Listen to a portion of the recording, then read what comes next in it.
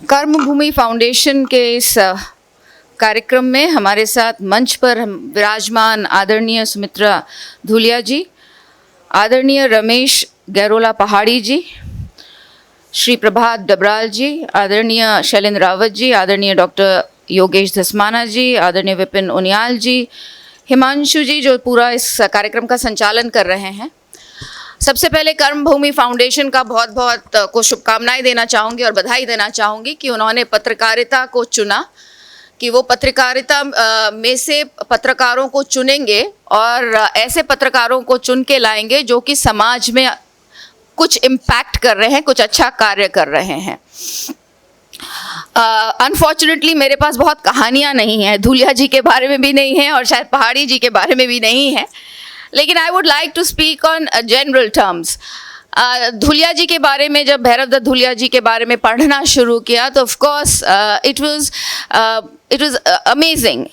मैंने ये पाया कि इस कोटद्वार की धरती से ऐसे ऐसे लोग निकल कर अपने अपने क्षेत्रों में उन्होंने इतना अच्छा काम किया है, और उस वक्त किया है जब उत्तराखंड या पहाड़ को कुछ कोई सुविधा नहीं थी, रोडें नहीं थी, पानी नहीं था, बिजली नहीं थी। उस वक्त ऐसे हीरे निकले जिन्होंने स्वतंत्रता संग्राम में काम किया, समाज के लिए काम किया, समाज को जोड़ने का काम किया। तो इस तरह के लोग जब कोटद्वार से निकले तो जब उनके बारे में हम पढ़ते हैं तो बहुत आनंद आता है और एक इच्छा होती है। मेरा भी बचपन, मैं भी कोटद्वार से आती जाती रही हूँ, मेरी बुआएं यहाँ रहती थी और मेरा ददिहाल जो था वो पौड़ी में था, तो आना जाना लगातार कोटद्वार में लगा रहता था। और एक माहौल, एक एनर्जी कहते हैं जो मुझे याद आती है, वो एनर्जी आज मुझे मिसिंग लगती है। I don't see that energy in Kotdwar. और वो एनर्जी थी ऑफ इंटेलेक्चुअल्स, ऑफ बहुत सुंदर चीज़ें यहाँ पर होती थी, कार्यक्रम यहाँ पर होते थे, अच्छे लोग यहाँ पर आते थे, लेखकों से मिलना होता था। तो ऐसी बहुत सारी चीज़ें यहाँ होती थी जो कि अब नहीं हो रही हैं। हमें प्रयास ये करना चाहिए कि जो हमारी पुरानी, चाहे वो बैरिस्टर मुकुंदी लाल है, he was sent to London to study law by our family, Khanduri family ने उनको भेजा था ताकि वो कुछ कर पाए, और उन्होंने किया। उन्होंने नाम रोशन किया, भारत का किया, उत्तराखंड का किया, और खासकर कोटद्वार का किया। He still known and we talk about him very very proudly. तो ऐसे लोगों को पढ़कर केवल हम ही जो 4, 6, 8, 10 इंटेलेक्चुअल लोग बैठे हैं यहाँ तक सीमित ना रहकर, क्या हम इन चीज़ों को डिग्री कॉलेजेस तक, स्कूल्स तक, बच्चों तक क्या पहुँचा सकते हैं? बिकॉज समय अब ये है, क्योंकि मैं बहुत देख रही थी राजनीति, ये वो, instead of talking about the negativity, can we go to schools and colleges and try to change our society?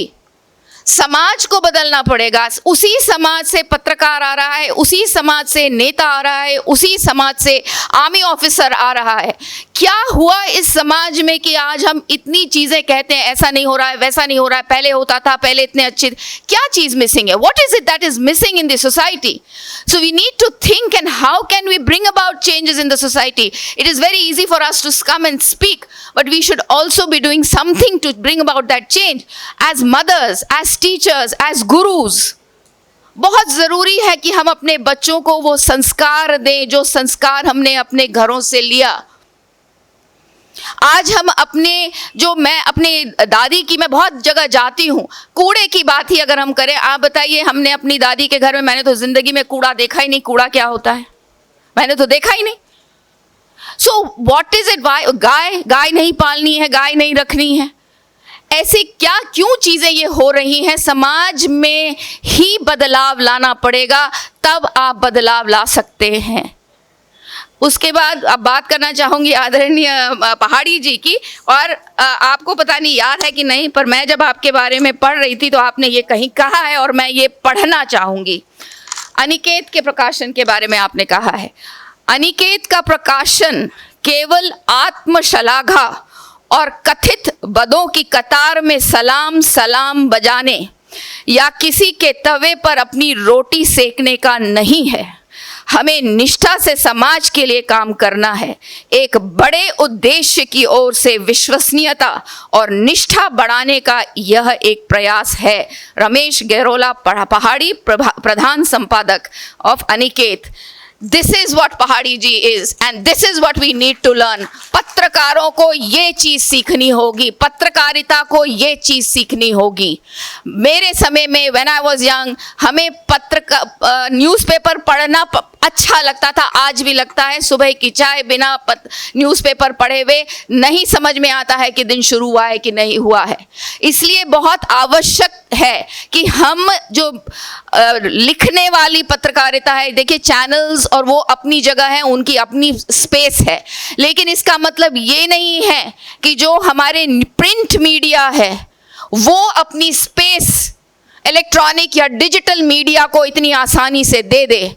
क्योंकि अभी भी पढ़ी हुई चीज़ जो आपके मस्तिष्क में रहती है, पढ़ी हुई चीज़ का जो इम्पैक्ट आपके मन में, आपके आत्मा को होता है, वो देखने से नहीं होता है।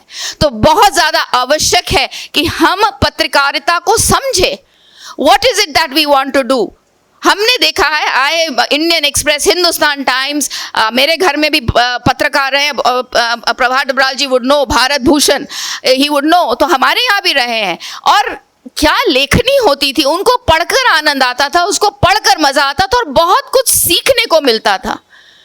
What is happening? Why is it? क्या ऐसी चीज हो रही है कि हम पत्रकारिता को उस तरह से नहीं कर पा रहे हैं जिस तरह से हमें करना चाहिए। आत्मचिंतन का भी समय है, हो सकता है सोसाइटी है, देयर आर अदर इश्यूज, बहुत सारी चीजें हैं, लेकिन क्या हम वो कर रहे हैं जो हमारा दायित्व है? अगर मैं पत्रकार हूं, अगर मैं नेता हूं, अगर मैं फिल्म मेकर हूं, अगर मैं इंजीनियर हूं, अगर मैं डॉक्टर हूं, अगर मैं टीचर हूं, क्या मैं अपने दायित्वों का निर्वहन कर रही हूं या कर रहा हूं? क्या मैं उन चीजों को पूरा कर रही हूं जिसके लिए मैंने जो जिम्मेवारी ली है? क्या वो पत्रकारिता आज दिख रही है या दिखती है? क्यों नहीं दिख रही है? आज सोशल मीडिया पे आप सुबह से शाम एक व्यक्ति को ट्रोल कर दीजिए। अभी बोला, जैसे उनियाल जी ने कहा, इतनी अभद्र भाषा इस्तेमाल होती है, लेकिन क्या ये सही नहीं है कि ये भाषा आम भाषा हो गई है? जब 4 पुरुष बैठते हैं या 4 महिला पुरुष बैठते हैं, इस तरह के अपशब्द इस्तेमाल किए जाते हैं। क्या मेरे पिताजी के समय में हम लोग हिम्मत कर सकते थे, या क्या मैंने अपने पिताजी को इस तरह की भाषा बोलते हुए सुना? नहीं, नहीं। तो वो जो सीख रहे हैं बच्चे, वो हमें देखकर सीख रहे हैं, हमारे आचरण को, हमारे हाव भाव को देखकर इस चीज को सीख रहे हैं। तो बहुत ज़्यादा आवश्यक है कि हम सही तरीके से बच्चों तक पहुँचें। और क्योंकि मैंने कॉलेज में पढ़ाया है, मैं इस बात को आपको बिल्कुल गारंटी से कह सकती हूँ कि 18 साल का बच्चा बहुत अच्छा बच्चा, सिटीजन ऑफ दिस कंट्री है, बहुत अच्छा बच्चा है। He just needs to be guided. और वो अगर आप उसको गाइडेंस, अब ये नहीं है कि मेरे पिताजी ने कहा ये काला है तो मैंने कहा जी पिताजी काला है। आज का बच्चा पूछेगा काला क्यों है, आपको साइंटिफिकली बताना होगा वो काला क्यों है, उसके बाद वो उस चीज को फॉलो करेगा, उस चीज को मानेगा। So we need to understand, we need to see what is it that is going wrong instead of feeling bitter and ये नहीं वो नहीं। हम क्या कर सकते हैं? क्या मैं एक छोटा सा इम्पैक्ट कर सकती हूँ? क्या मैं एक छोटा सा इम्पैक्ट कर सकता हूँ? आपके जो फाउंडेशन है कर्मभूमि, अगर इस तरह के पत्रकारों को चुन के ला रहा है, क्या ये हमारे लिए सोसाइटी में एग्जाम्पल्स बन सकते हैं? किस तरह से ये हमारे लिए सोसाइटी में एग्जाम्पल्स बन सकते हैं? बिकॉज जब मैं पढ़ रही थी आदरणीय धूलिया जी के बारे में, आदरणीय पहाड़ी जी के बारे में, इट इज अमेजिंग कहाँ से उठकर कहाँ पहुंचे, क्या क्या किया। जैसे उन्होंने बताया, पत्रकारिता नहीं करना चाहते थे लेकिन उसमें कूदे भी नहीं, उनको जबरदस्ती करना पड़ा, लेकिन उसके बाद उन्होंने उस फील्ड को कितने सुंदर तरीके से इस्तेमाल किया। उन्होंने उसको समाज में बदलाव लाने के लिए इस्तेमाल किया। मैं पढ़ रही थी, पूरा नहीं पढ़ पाई, कभी आपसे बात करूंगी। चिपको आंदोलन, वो कहते हैं सिर्फ इन्वायरमेंटल इशू नहीं है, हम तो आज तक उसको केवल इन्वायरमेंटल इशू की तरह देखते हैं। ही सेज ये समाज से जुड़ा हुआ है, वहां के लोगों के साथ जुड़ा हुआ है। आप केवल पेड़ काटने की बात नहीं कर सकते हैं।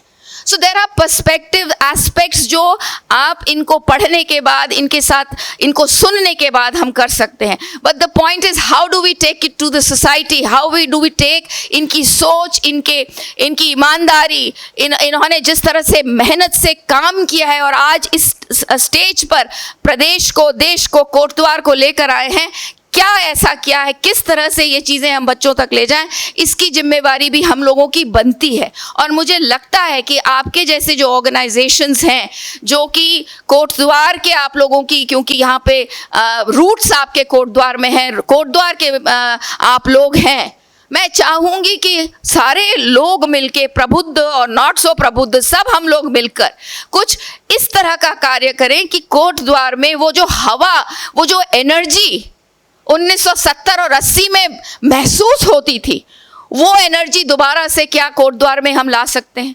It is a possibility, it is we can do it and we should try and do it. So it's a really commendable thing that the organization is doing. I congratulate the organization. It is an excellent thing that you are doing. Lots of congratulations. Before I end, because there are a lot of army officers also, I would like to pay my regards and my respect and thank the Indian Army for what they have done in Operation Sindoor.